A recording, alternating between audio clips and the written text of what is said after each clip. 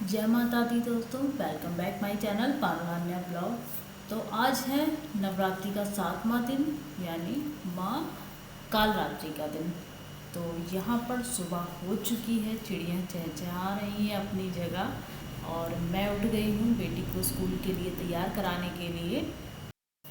और सुबह उठकर 5 मिनट के लिए अगर आप गार्डन में वॉक कर लेते हैं या फिर जो भी ग्रीन प्लांट्स हैं उनके पास, तो एकदम दिमाग शांत हो जाता है, एक एनर्जी आ जाती है। तो मैं भी इसी तरह से मॉर्निंग में आ गई हूँ, बेटी को तैयार करा दिया है, लंच भी मैंने तैयार कर दिया है। और ये देखिए बेटी की बस वो आगे चल गई है, यहाँ पे मैंने रिकॉर्ड नहीं कर पाई थी। तो आन्या चली गई है स्कूल और मैं अंदर आ गई हूँ। और ये देखिए प्लांट्स मेरे सारे, इतनी मिर्चा जो लगाई थी काफ़ी बड़े बड़े प्लांट हो गए हैं। बस इनमें थोड़ी सी सफाई करना हो गया है कि घास वास जम गई है, तो किसी दिन ये मैं सेट करूँगी सारे प्लांट्स। और बाकी के कुछ दिन बाद मैं फूल वगैरह के प्लांट लेके आऊँगी। और ये देखिए पूजा के लिए इतने सारे फूल लेके आई थी दीदी, हमारे यहाँ जो आती हैं दीदी, उनके बच्चे लेके आए थे फूल। और बाकी की मैं पूजा की तैयारियाँ कर लेती हूँ सारी। और अभी सुनाती हूँ मैं आपको माँ कालरात्रि के व्रत कथा और आगे की थोड़ी सी जानकारियाँ। माँ कालरात्रि की पूजा नवरात्रि के 7वें दिन होती है। पंचांग के अनुसार नवरात्रि की महासप्तमी इस तिथि वर्ष 21 अक्टूबर को है। कहा जाता है कि माँ कालरात्रि की पूजा करने से सभी कार्य सिद्ध हो जाते हैं तथा शत्रुओं से मुक्ति मिलती है। हिंदू धर्म के शास्त्रों के अनुसार माँ कालरात्रि का नाम 2 शब्द से मिलकर बना है। काल, जिसका अर्थ मृत्यु है, और रात्रि का मतलब रात है। माँ दुर्गा का 7वां स्वरूप अंधेरे को खत्म करता है। नवरात्रि के 7वें दिन माँ कालरात्रि की पूजा करने के दौरान आज नवरात्रि के 7वें दिन यानी माँ कालरात्रि का पूजन किया जाएगा। ये दुष्टों का संहार करती हैं। इनका रूप देखने में अत्यंत भयंकर है, परंतु ये अपने भक्तों को हमेशा शुभ फल प्रदान करती हैं, इसीलिए इन्हें शुभकारी भी कहा जाता है। इनका वर्ण काला है व 3 नेत्र हैं। माँ के केस खुले हुए हैं और गले में मुंडों की माला धारण करती हैं। इनके नाम का उच्चारण करने मात्र से बुरी शक्तियाँ भयभीत होकर भाग जाती हैं। जानते हैं माँ कालरात्रि की कथा, पूजन विधि और मंत्र व प्रिय भोग। जय माता दी। और इस रूप में माँ पार्वती कालरात्रि कहलाईं। इस कथा को अवश्य पढ़ना या सुनना चाहिए। एक बार रक्तबीज ने सभी देवताओं का राज छीन लिया था। रक्तबीज नामक एक राक्षस था। रक्तबीज के अत्याचारों से परेशान होकर तब सभी देवता भगवान शिव के पास गए थे। भगवान शिव ने सभी देवताओं से उनकी परेशानी का कारण पूछा। तब सभी देवताओं ने भोलेनाथ को रक्तबीज के अत्याचारों के बारे में बताया। रक्तबीज के बारे में सुनने के बाद भगवान शिव माता पार्वती के पास गए। उन्होंने माता पार्वती को राक्षस का संहार करने के लिए कहा।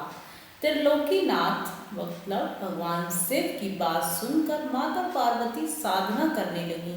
माता पार्वती की साधना से तब माँ कालरात्रि का अवतरण हुआ था। माँ दुर्गा रक्तबीज का वध कर रही थी, तब राक्षस का खून धरती पर गिर रहा था, जिससे सैकड़ों दानव उत्पन्न होते जा रहे थे। यह देखकर माँ दुर्गा ने माँ कालरात्रि को राक्षसों को खा जाने के लिए कहा था। माँ दुर्गा की बात मानकर माँ कालरात्रि राक्षसों का खून गिरने से पहले ही उसे पी जाती थी। असुरों का वध करने के साथ वह मुंड की माला भी पहनने लगी। माँ कालरात्रि से युद्ध के दौरान रक्तबीज भी मारा गया था। कालरात्रि को गुड़ व हलवे का भोग लगाना चाहिए, इससे माँ कालरात्रि प्रसन्न होती हैं और भक्तों की मनोकामना भी पूर्ण करती हैं। माँ कालरात्रि की पूजा के लिए सुबह 4 से 6 बजे तक का उत्तम समय माना जाता है। इस दिन प्रातः जल्दी स्नान करके माँ की पूजा करके लाल रंग के कपड़े पहनना चाहिए। इसके बाद माँ के समक्ष दीपक प्रज्वलित करें। अब फल फूल मिष्ठान आदि से विधि पूर्वक माँ कालरात्रि की पूजन करें। पूजा के समय मंत्र जाप भी करना चाहिए। तत्पश्चात माँ कालरात्रि की आरती भी करनी चाहिए। इस दिन काली चालीसा, सिद्ध कुंजिका, स्रोत, अर्गला, स्रोतम आदि चीज़ों का पाठ करना चाहिए। इसके अलावा सप्तमी की रात्रि में तिल या तेल या सरसों के तेल का अखंड ज्योति भी जलाना चाहिए। जय माता दी। तो पूजा यहाँ पर मेरी हो चुकी है और आप लोग ने और मैंने सुनी माँ कालरात्रि की व्रत कथा पूजा विधि। और यहाँ पर देखिए हमेशा की तरह एक छोटा सा हवन और मेरी अखंड ज्योति ऐसे ही जलती रहे। माता रानी मुझ पर और हम सब पर कृपा बनाए रहें अपनी। और इसी के साथ आज की पूजा यहीं पर समाप्त करते हैं। मिलते हैं शाम की पूजा में आप सबके साथ में। तब तक के लिए जय माता दी दोस्तों। और हमेशा की तरह पूजा करके मैं आ गई हूँ किचन में चाय बनाने के लिए। तो सबसे पहले मैं चाय बना लेती हूँ हस्बैंड की और अपनी। आज हस्बैंड ने मॉर्निंग में चाय नहीं पी थी, बोल रहे थे साथ में ही पी लेंगे। तो यहाँ पर चाय के साथ मैं आज फ्राई करने वाली हूँ मूंगफली के दाने। और देखती हूँ हस्बैंड के लिए क्या बनाती हूँ, वरना उन्हें कुछ अभी चाहिए नहीं, बोले मैं सीधा लंच कर लूँगा थोड़ी देर बाद, चाय बनाना हो। और बनी तो मैंने नहला धुला के अपने बेटे को तैयार कर दिया था। वो देख रहा है टीवी, नहीं तो थोड़े से टॉय से भी खेल लेता है, कभी कभी टीवी भी देख लेता है। और एक साइड में मैंने बॉईल करने रख दिया है दूध और वही अदरक वाली चाय हमारी स्पेशल।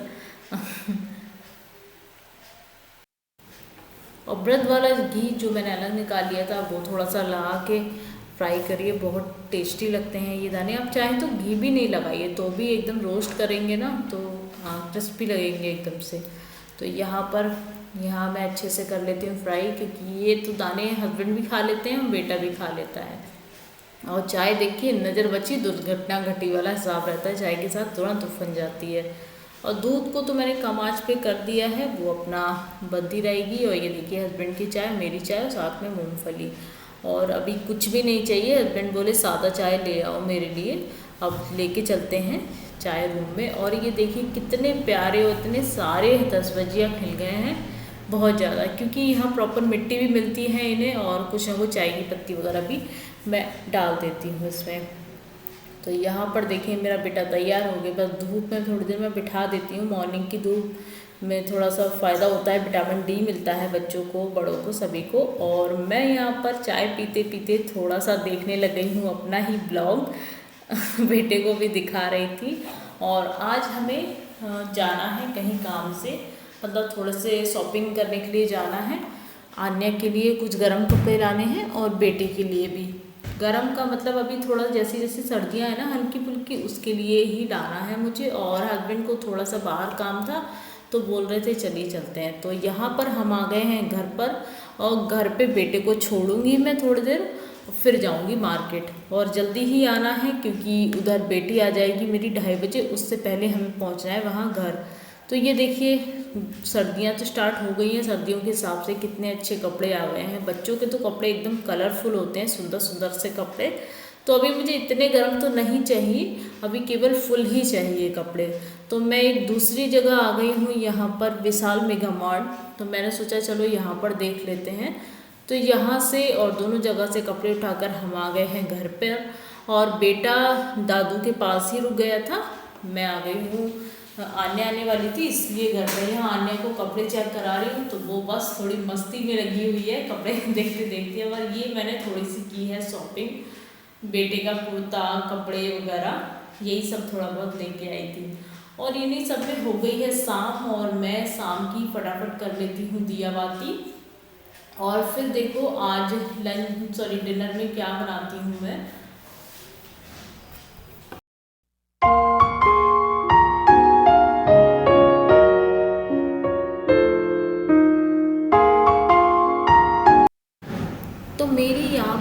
हो गई है कंप्लीट और मैंने हस्बैंड को बुलाया है शंख बजाने के लिए। नहा के आ रहे हैं बस और शंख बजाएंगे।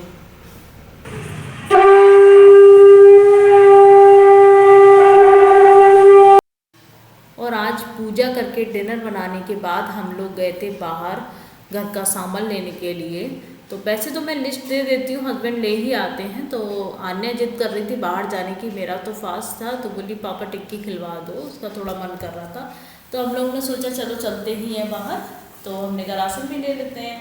तो हम राशन लेके आ गए, तो बस वही चेक कर रहे हैं। कभी कभी क्या होता है कि सामान थोड़ा सा कम ज़्यादा कुछ ना कुछ हो ही जाता है, तो वही हम चेक कर रहे हैं। और यहाँ मैं थोड़ी थोड़ी मस्ती करते हुए बस सामान निकाल रही हूँ कि हस्बैंड चेक कर रहे हैं कि हाँ ये भी है ये भी है, उस टाइप से। तो आज का वीडियो बस यहीं पर एंड करते हैं घर के राशन के साथ में। अच्छा लगा हो तो प्लीज़ लाइक शेयर सब्सक्राइब करना ना भूलें। मिलते हैं आपको एक और नई वीडियो में नई एनर्जी के साथ में। तब तक के लिए बाय बाय। ध्यान रखिए सब अपना और खुश रहिए। Bye bye.